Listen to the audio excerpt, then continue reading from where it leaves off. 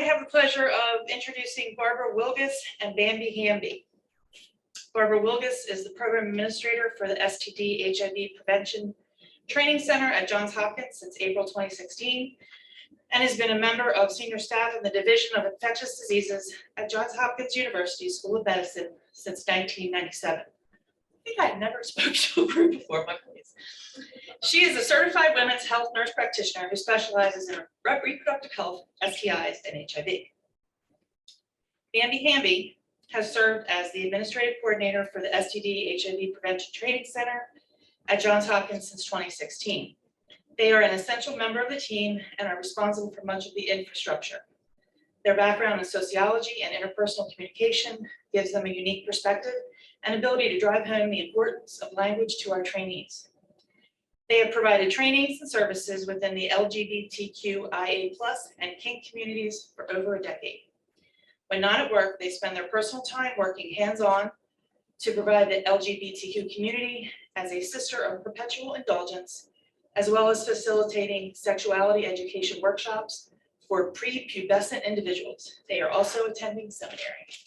Welcome.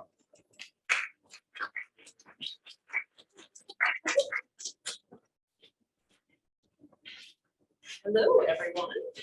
So, like Shauna said, it's amazing to see faces that I haven't seen in so long, and it's also so weird to see things in person. So thank you for being here and giving me an audience to have feedback. So I'm Barbara, and yeah, we're going to be talking first half of the hour about taking a sexual history. Let me see if I know how to move my slides. Yes. Neither myself nor Bambi have any disclosures.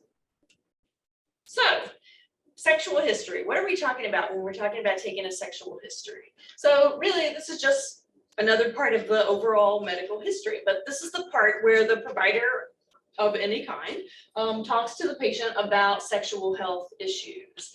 In general, a sexual history should be taken at an initial visit, annually when someone's coming for a routine preventive exam, and certainly when someone is coming to any place with symptoms that could be a sexually transmitted infection.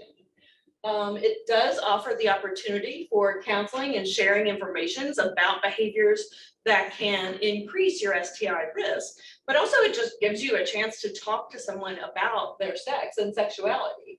It helps identify what tests are appropriate and from where you might want to get those tests. I know we talked a lot about extragenital testing today.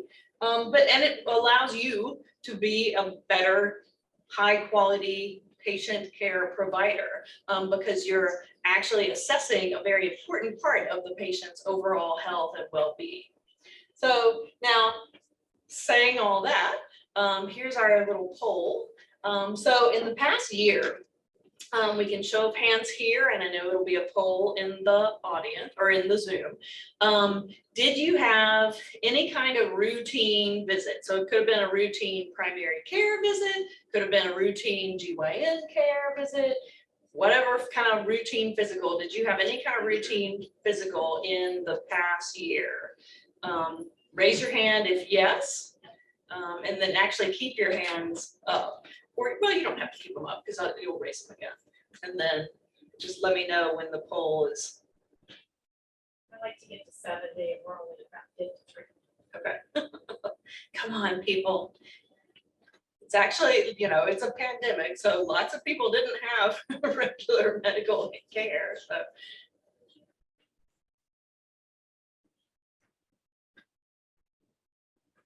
What's 61? Okay, let's go. So looked like a fair number here had routine physicals, and I didn't see the poll. Oh, sorry. All right, so yeah, good number of people had a routine physical exam. Now, poll 2 is show of hands. Let me try and make my clicker work. If you did have a routine physical, so people who had a routine physical with your healthcare provider, were you asked a sexual history? And sometimes that can be as little as were you asked anything at all whatsoever about sex or your sexual history. So show of hands this time, or vote yes or no if you're in the chat. Or in the, I'm sorry, Zoom. I don't know. Yeah, so this is how it tracks most of the time. So a few people did and keep that provider, whoever the people that actually got asked a sexual history, but that's kind of how it has skewed for the entire time I've been talking about this. Is majority of people getting routine physical, very few people, and it flips when you're about asked a sexual history. So it's definitely a gap in medical care. And why does it matter? So this is actually now getting on a few years ago, a study that came out or that was reported in 2018, and it actually made national headlines like CNN and everywhere, which is from the National Survey of Family Growth. So this is one of these ongoing CDC funded surveys that's along a million health related topics. And what this study did was kind of pull out this one subset of people. So this was asking about, they surveyed, part of the survey looked at people who were sexually active, so did have some form of recent sexual activity, women and men ages 15 to 44. And you saw the stats all day long about that age group of people, and as far as STI risk. So this is asking people who definitely had some level of sexual activity, did they get a sexual risk assessment? And what made the news was not that great of news. So let's see if I can make this work here. So you see here about 50,000 and change, both women and men. So pretty equal numbers and large size. And then it asks first, did you have a sexual risk assessment? Only 47% of women, 22.7% of men had any sexual risk assessment. And these are people who are having sex. And then when you break it down further, asking about what kind of sexual risk assessment happened. In the past 12 months, has a medical care provider asked you about your sexual orientation or the sex of your sex partners? Then it goes down to 24% of that 47%, 14.8% of that 22.7%. Number of sex partners for women, 32.6 of the 47%, 13.3 of the 22.7. Use of condoms, 35.9 of the 47 and 16.6 of the 22.7. And then the type of sex you're having, whether you're having genital sex or extragenital sex, then it gets down to 18% of that, 47%, and only 9% of the 22.7%. And when you think about if a man is having extragenital sex, and we've been hearing about extragenital testing all day long, they're just not being asked. So very few people were even asked. So not good. And then did that matter? Well, as that turned out, yes, that did matter also. So here's the same kind of breakdown: women, men, sex assessment, sexual risk assessment, yes or no. And then it looked at if they were tested for HIV in the past year or tested for an STI in the past year. And so in here, women here, and you can see 37.7% if they were asked a sexual risk assessment were tested for HIV, 53.4% tested for an STI. So that actually still is not great as far as numbers go, but at least there's some level of assessment happening. So I can't even necessarily hate on that, because maybe they, did a sexual risk assessment, looked at their, maybe there's some sort of thought process going on. But if they weren't asked, only 17% were tested for HIV and 19% tested for an STI. So the difference is very stark. And then when we get down here to men, again, not that many people being asked anyway, but if they were asked, 37.6% tested for HIV and 46.3% tested for an STI. If not asked, only 11.5% tested for HIV and only 8.4% tested for an STI. So it's a really stark difference in that if people aren't being asked, often aren't being tested either. It's just being completely ignored. So this is sort of why it's important and why it matters. But then, so what are we talking about when we're talking about taking a sexual history? So this is actually a time to discuss with a person a very important topic, which is sexual health. And so this is WHO put out a position statement that in 2006 about kind of what a framework of sexual health would be. And I hate to be one of those people that just reads from a slide, but I also love this quote, so I'm going to read from the slide. So sexual health is a state of physical, emotional, mental, and social well-being in relation to sexuality. It is not merely the absence of disease, dysfunction, or infirmity. Sexual health requires a positive and respectful approach to sexuality and sexual relationships, as well as the possibility of having pleasurable and safe sexual experiences, free of coercion, discrimination, and violence. For sexual health to be attained and maintained, the sexual rights of all persons must be respected, protected, and fulfilled. So it's really about a whole package of sexual health. And I have highlighted sexuality in here. It wasn't highlighted in the original quote. I highlighted it because I think where providers get hung up a lot is just in thinking about sexuality. And some of this might be why. So this is the circles of sexuality. This was created by Daniel Ruggles with Advocates for Youth. And it gives kind of a good picture of what we as providers think about when we're thinking about sexuality, but then all the other things that also come in here. So you see this kind of Venn diagram and all these fields. And we tend to, as providers, think that we're kind of here. But let's kind of go through each one of them. So sensuality, awareness, acceptance of, and comfort with one's own body, physiological and psychological enjoyment of one's body, the bodies of others. So this is the sexy part of sex. Like this is the, I like it when you touch me here. I like it when I touch you there. It's the kind of, you know, the sexy part of sex is how I think of it. Intimacy, the ability and need to experience emotional closeness to another human being and have it returned. Sexual identity, the development of a sense of who one is sexually, including a sense of maleness and femaleness, or otherness, or nothingness, or everythingness, anything that kind of comes into your sexual identity. And certainly we're going to be talking about that later as well. And then sexual health and reproduction, which, you know, is our health provider hat here, is attitudes and behaviors related to producing children, care and maintenance of the sex and reproductive organ, and consequences of sexual behavior. So we sit in not the fun circle, but oh well.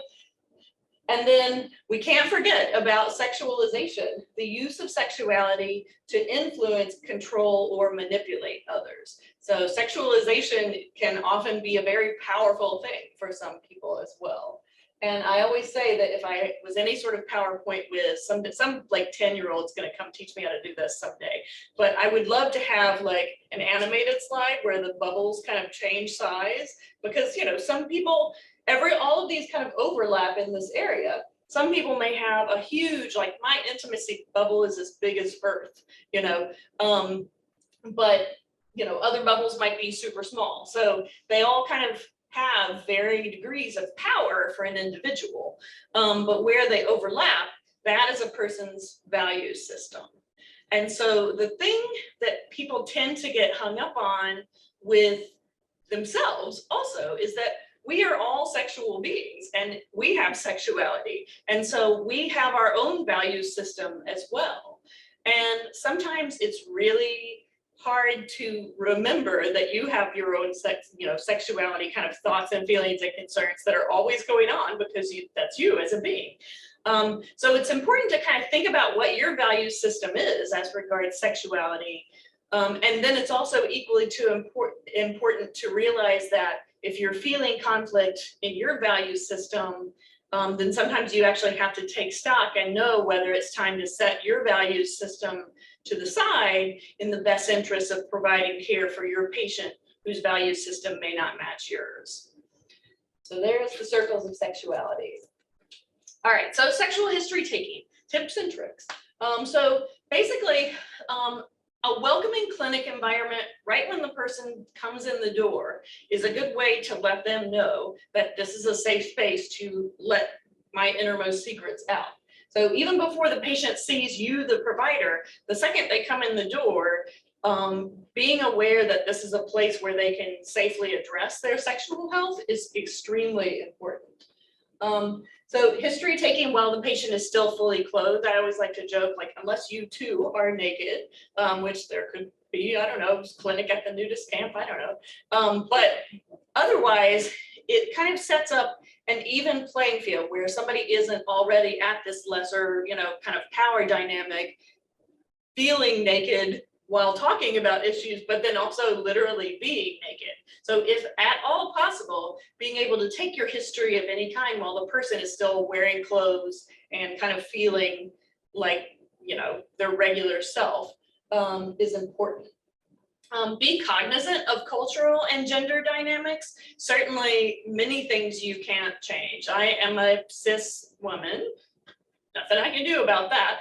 And so if I'm seeing someone who is a cis woman or a trans woman or a cis man, if we are going to go over all of this at the end too, if you're sitting here wondering what I'm talking about right now. But these are things that can't necessarily be changed unless there's somebody that the person would rather see and they happen to be open, not seeing patients.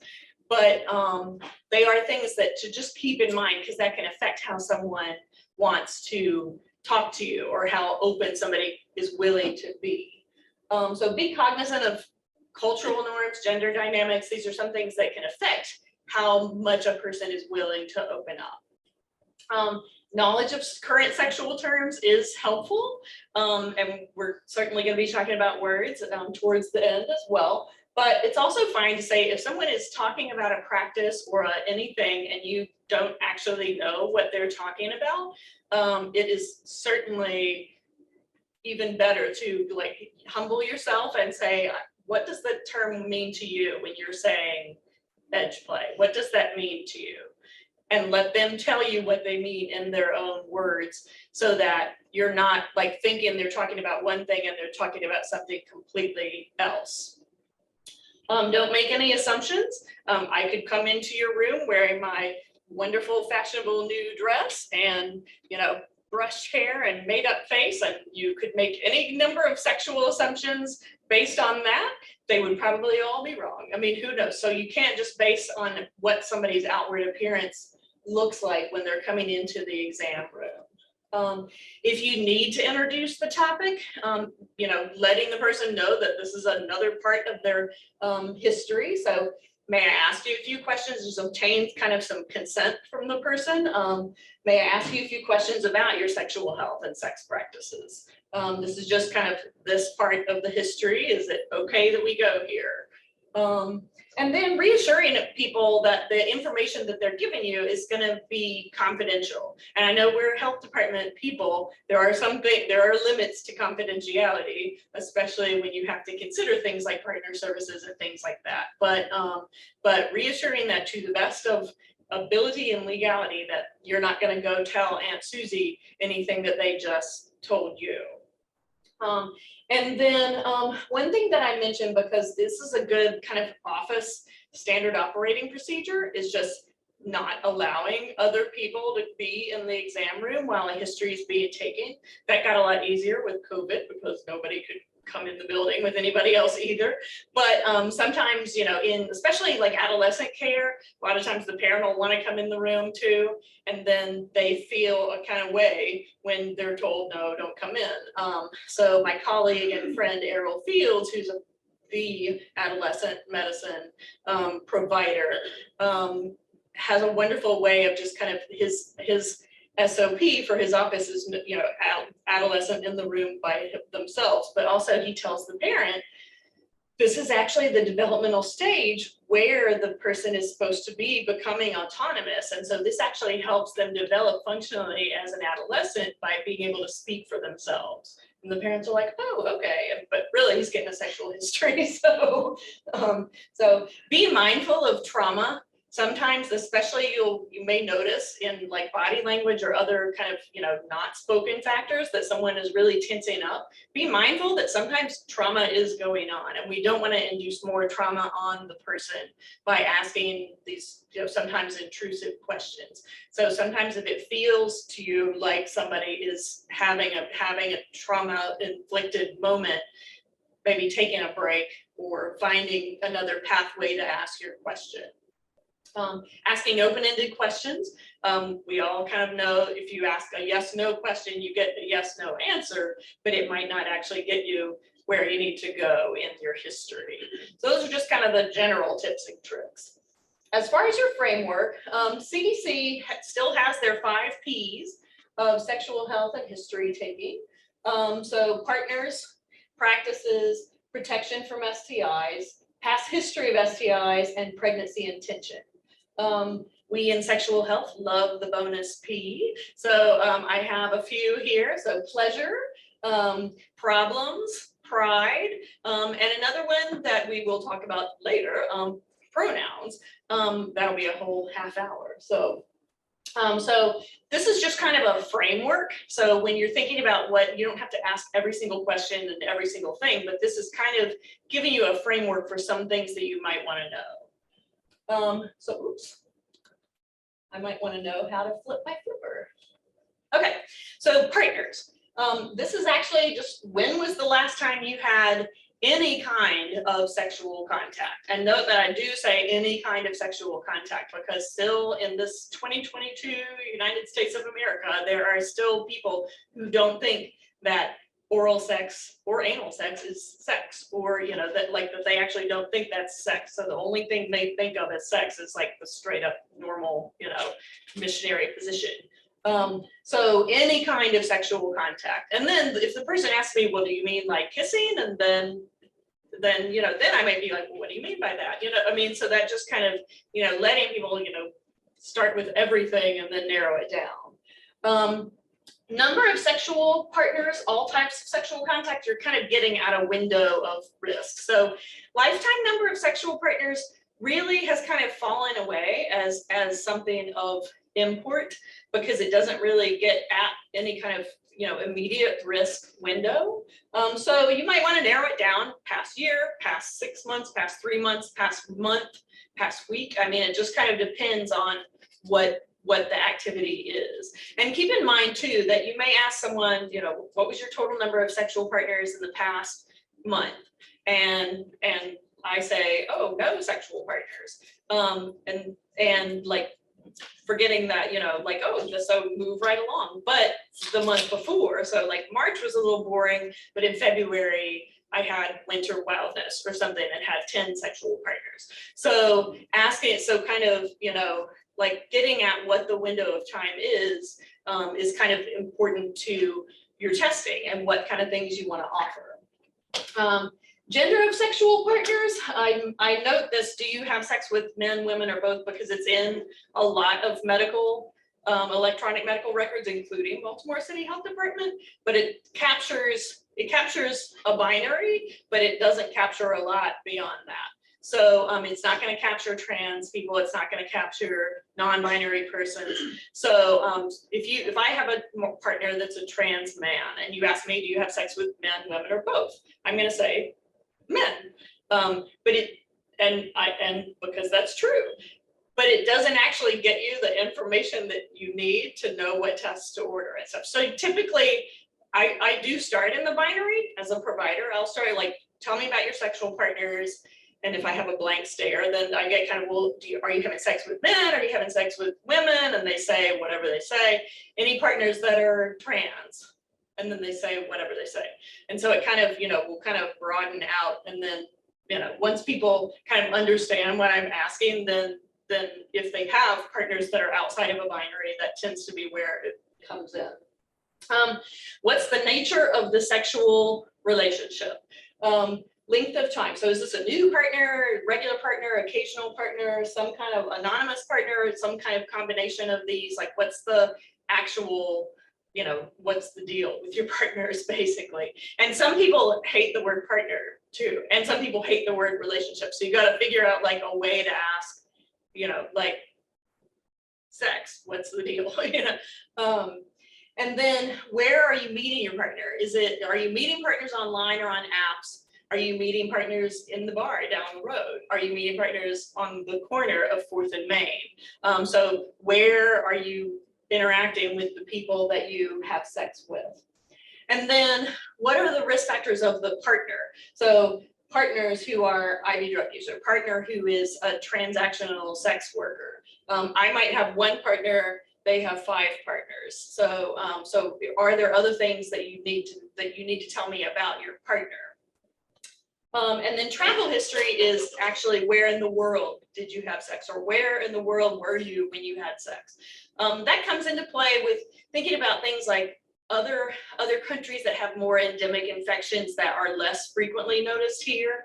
But also keeping in mind like the morbidity of where you are. So if I am a single sexually active person here in Hartford County, knowing the information that we had, you know, at the beginning of the day, you might have noted, oh, there's a whole lot more syphilis being diagnosed right now. So you might be more likely to test me for syphilis than if there's anywhere left in the United States where there isn't a syphilis epidemic. If I'm from there, you might be less needed to test me for that. So knowing kind of the morbidity of what's going on, exactly where the person is having sex, or, you know, if they're driving down to Baltimore, get all the tests, because we have all the things.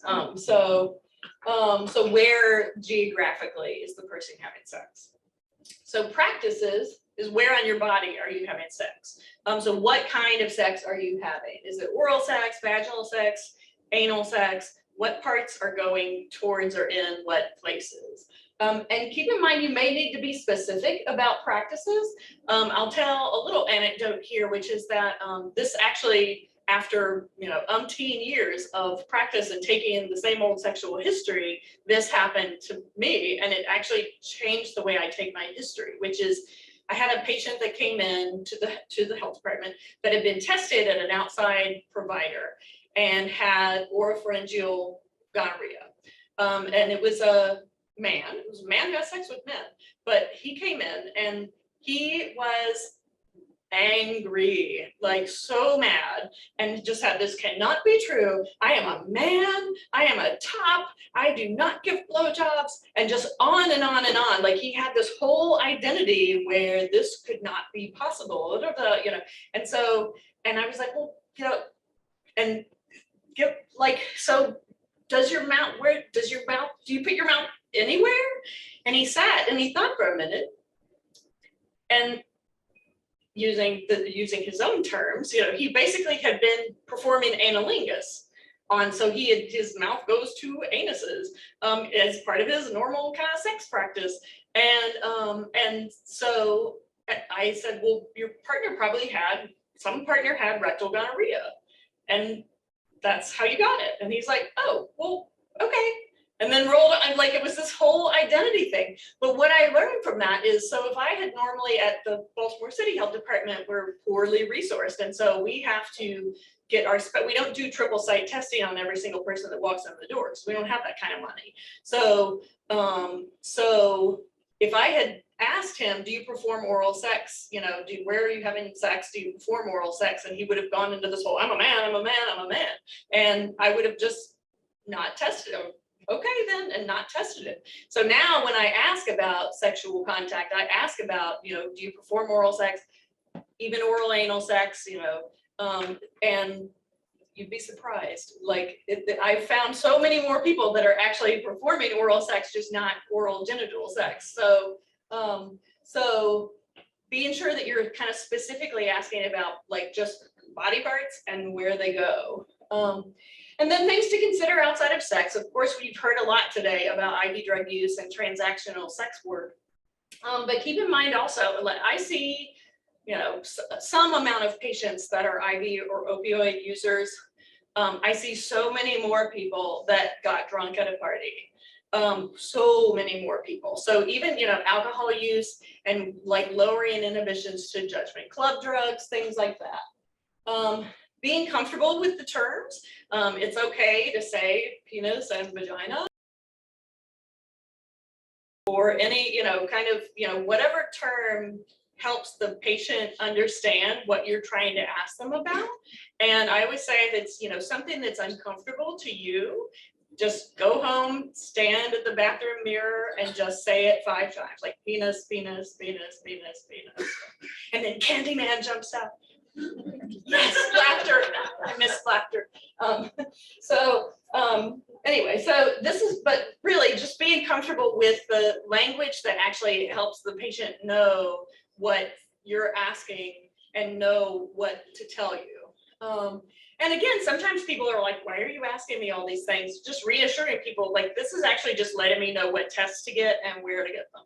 And typically I've not had anybody give me pushback once they know that I have a real reason to be. I'm not just asking for my own like validation. So I want to say a word though also about gender inclusive language, especially when you're considering your trans patients, but honestly, when you're considering your cis patients too. Sometimes people just aren't comfortable talking about their bodies in gendered language. So this is just, this is from my friend and colleague Tanya Cote, who has this is just kind of a example list of some ways to say things in a less gendered manner. So sometimes or sometimes not, a trans person may not want to talk about their body in a biologic manner because it's traumatic. Sometimes not, sometimes whatever, so best usually if you can say how do you describe your parts? What helps me figure it out, but this is some ways that you could also just kind of, if you hear somebody refer in a less gendered way. I have a old woman that was my HIV patient for many a year, and she would always, if she was having a vaginal problem, she would say, I have a problem with my privacy, but I knew what she was talking, so it's just whatever the person, how they feel comfortable talking to you about their genitals, basically. So protection. What are you doing to protect yourself from STI? So this is, an open-ended question that can get any number of responses. So, could it be I'm not having sex with anybody? Well, that's an easy, condom use, or I'm using lube when I have anal sex so I don't have tearing, like any number of things. Is what are you doing to reduce your risk of infection when you have sex? So this could be any number of things. When you're using protection, is it all the time? Is it sometimes? This is getting at what their perception of their own risk is, but also what their perception of the partner's risk is. So like I use condoms with this person, but not with this person because they're my main partner, or something like that. So what situations is protecting yourself prioritized, and when is it less of a priority? Do you talk to your partners about STI protection? And then, so this is also getting at, kind of openness of their relationship, sexual or not. And then also when you're thinking about protection, things that can be protective to a person. So have you gotten your STI vaccine? Have you gotten HPV vaccinated, Hep A vaccine, Hep B vaccine? Are you aware of HIV? Has anyone ever talked to you about HIV prevention with PrEP?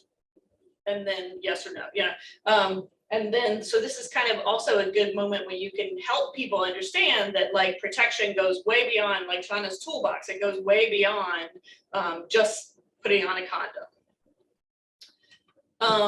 And then past history. Now this is a lot of your yes, no questions, but just like with improv, it's a yes and. So have you ever been tested for sexually transmitted infections? Yes, no.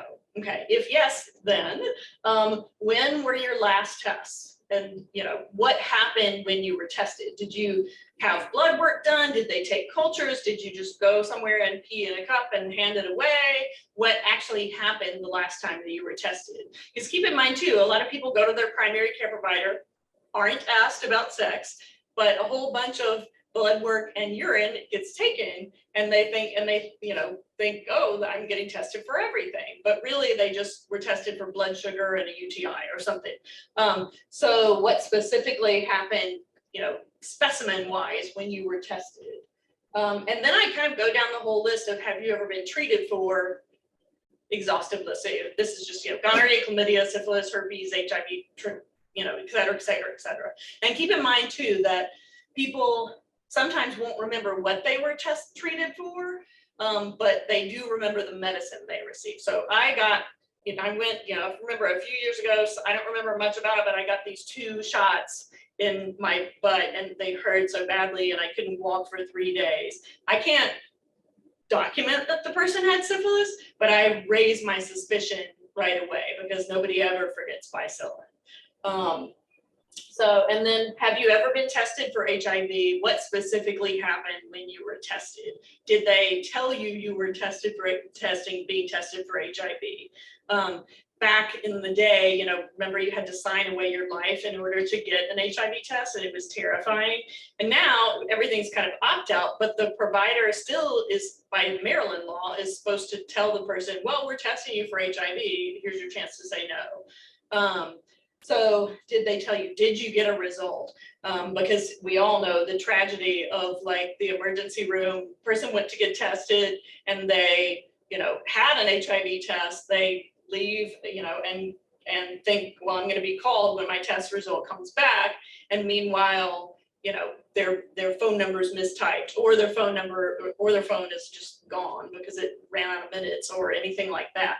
And so they're walking the world thinking, oh, I've not been contacted, and yet they have HIV. So did you get a result? And then do partners have a history of an STI that you're aware? Certainly, if it's something where we need to do contact treating, but if your partner has HIV, this might raise your flag to maybe talk about PrEP. Partners with herpes might change what tests you might want to offer or might not. So this is just kind of what's going on with partners as well.